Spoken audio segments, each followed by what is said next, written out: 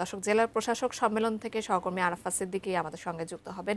তিনি সেখানে আজকের কি বিষয়ে আলোচনা চলছে আমাদের জানাবেন। যেমনটি আপনি দর্শকদের এর মধ্যে জানিয়েছেন, রাজধানীর ওসমানী স্মৃতি মিলনায়তনে এখানে জানেন যে 3 দিনের যে জেলা প্রশাসক সম্মেলন চলছে, সেই সম্মেলনে এর আগে আপনাদের কয়েকটি অধিবেশনের কথা জানিয়েছি। এখন কিছুক্ষণ আগে যে 2টি অধিবেশন শেষ হলো, তার মধ্যে একটি মৎস্য প্রাণী সম্পদ কৃষি এবং খাদ্য মন্ত্রণালয় সংশ্লিষ্ট যে অধিবেশন, এবং তারপরই শিল্প বস্ত্র পাট এবং বাণিজ্য মন্ত্রণালয়ের যে অধিবেশন সেটি শেষ হয়েছে। আমরা কিছুক্ষণ আগে বাণিজ্য মন্ত্রীর সঙ্গে কথা বলেছি। বাণিজ্য মন্ত্রী তিনি আমাদের যেটি জানিয়েছেন, উল্লেখযোগ্য একটি বিষয় তিনি জানিয়েছেন, বিশেষ করে খন্দকার আব্দুল মুক্তাদির তিনি জেলা প্রশাসকদের সঙ্গে কথা বলে এসে ব্রিফ করছিলেন আমাদের। তখন তিনি বলেছেন যে আসন্ন কোরবানি ঈদে জানেন যে প্রত্যেকবারই চামড়া একটি বড় বিষয় হয়ে দাঁড়ায়, বিশেষ করে স্থানীয় ব্যবসায়ীদের জন্য। বিশেষ করে চামড়াটা সাধারণত মাদ্রাসাগুলো, এতিমখানাগুলো বা স্থানীয়ভাবে যারা চামড়া ব্যবসার সঙ্গে জড়িত, ফি বছরই তারা একটি বড়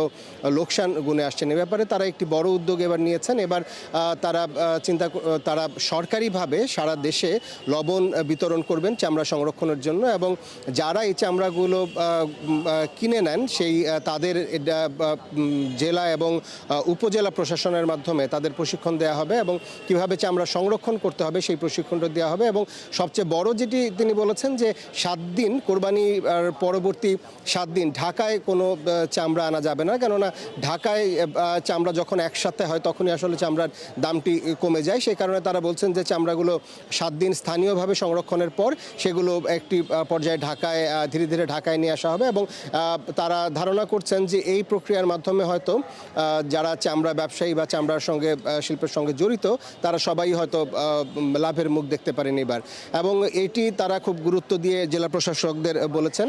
এছাড়া জেলা প্রশাসকদের যে রুগ্ন যে শিল্পগুলো স্থানীয় পর্যায়ে রয়েছে সেগুলো আবারও কিভাবে বাঁচিয়ে তোলা যায় সে ব্যাপারে একটি দিক নির্দেশনা দিয়েছেন।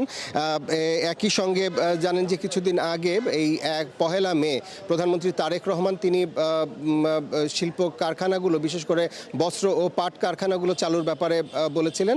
তিনি মন্ত্রী খন্দকার আব্দুল মুক্তাদির যেটি জানালেন কিছুক্ষণ আগে, যে এই 50টি পাটকল এবং বস্ত্রকলের মধ্যে, অর্থাৎ 25টি পাটকল 25টি বস্ত্রকল সরকারের হাতে রয়েছে, এগুলো বেসরকারিকরণ করা হবে, এবং খুব দ্রুতই এগুলো চলতি বছরের মধ্যেই এগুলো আসলে বেসরকারি খাতে ছেড়ে দেওয়া হবে, তাতে কর্মসংস্থান বাড়বে বলে তারা প্রত্যাশা করছেন। তো এই ছিল আমার কাছে রাজধানীর ওসমানী স্মৃতি মিলনায়তন থেকে সবশেষ।